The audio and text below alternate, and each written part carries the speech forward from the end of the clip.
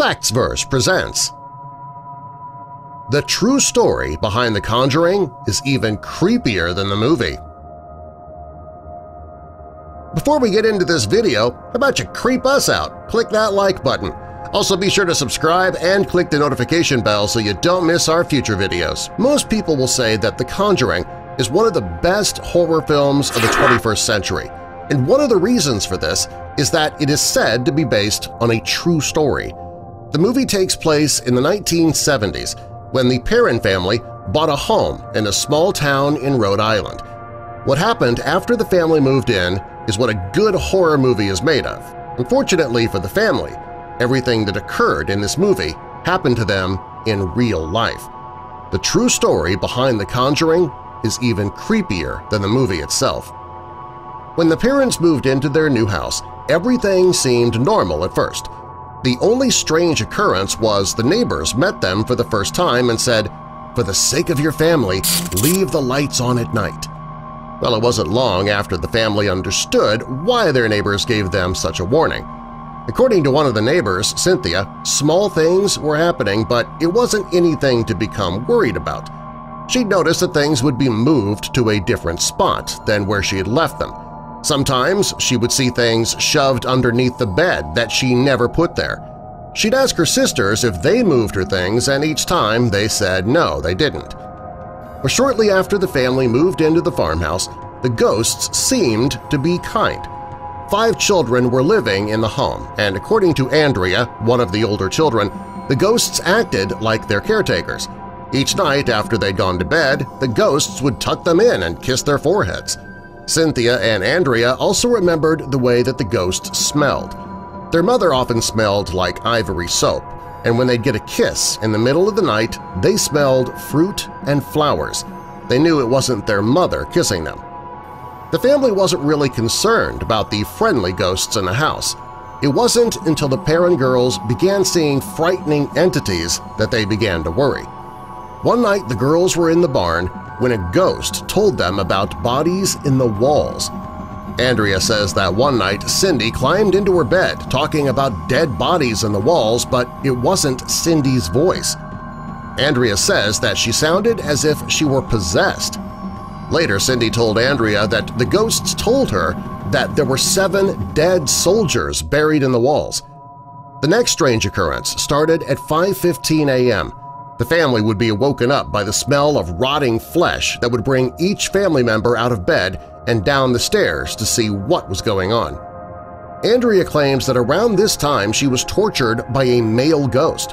She says that it was so bad that she would not give any details about the attack. Things were getting really bad in the Perron house.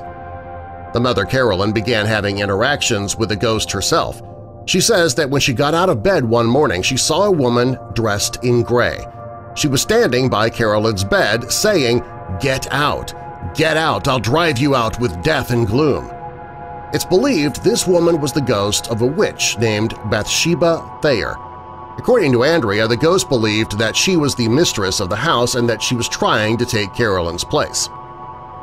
According to the Perron family, Bathsheba started out harmless, either poking or pinching all the members of the family, but that's about it.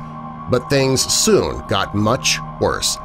Bathsheba wanted them to leave, so she started torturing Carolyn. She would physically assault her, and when that didn't work, she possessed Carolyn. She would cause Carolyn to hurt herself, and her family and Carolyn would be left weak and emotionally drained when the possession was over. Ed and Lorraine Warren were paranormal experts, and they were very well known. When they were speaking in Putnam, Connecticut, which is about 30 minutes from the Perrons' home, a family friend spoke to them about what the Perrons were going through. According to Cynthia, it was their friend Barbara who told the Warrens about the family after they gave their lecture. As soon as Lorraine heard the stories, she decided she had to go check out the home. When the Warrens first walked into the house, Lorraine said that she felt a dark presence the moment she walked in. First, they tried to cleanse the home. Next, they performed a seance in the family basement. The children were told to stay upstairs, and only Carolyn was in the basement. According to Andrea, she snuck into the basement and she saw her mother speak a strange language in a strange voice. She also said that her mother's chair levitated and she was thrown across the room. This is the story that Lorraine tells as well. Lorraine says that she doesn't like to talk about what happened in the basement that night because it is too frightening. For the next decade, the Warrens visited the Perrons, but nothing ever changed. In the movie The Conjuring, the children played a hide-and-seek game. One child was blindfolded and had to find the other children by asking them to clap. It was a very scary part in the movie, and according to the Perrons, that really did happen in real life. The child who was blindfolded would hear the clapping right beside them, only to find that their siblings were in a completely different room. According to Cynthia, the kids were playing a real game of hide-and-seek, and then one day she hid inside of a pine box with no latch or lock of any kind. But when she tried to get out of the box, it wouldn't open. She panicked and remained in the box terrified for about 20 minutes when finally her sister Nancy opened the box to let her out. Even though ghosts were torturing the family, they had to stay in the house. The economy was bad at the time. If the family left the farm, they would have had no place to go to. Also, there weren't too many people who had enough room in their homes to take in 2 adults and 5 children. Well, finally in 1980, the family was able to sell their 200-acre farm, and as soon as they signed the papers, they moved to Georgia and never looked back.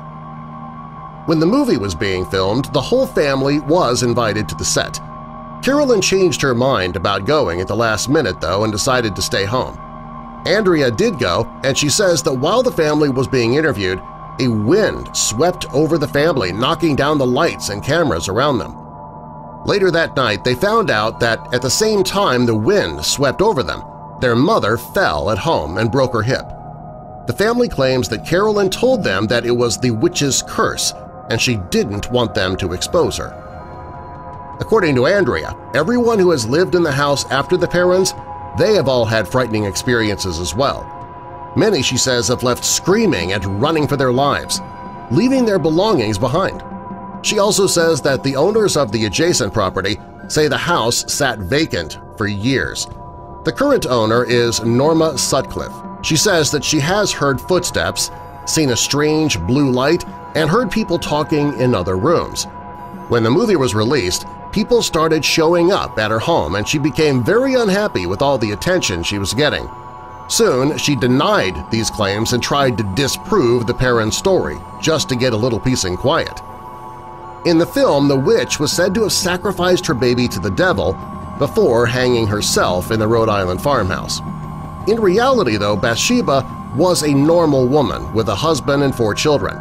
It was back in the 19th century and 3 of the children died young, which was common for kids back then, unfortunately. Bathsheba died of a stroke in 1885. She was not a witch or a Satan worshiper. Subscribe for more.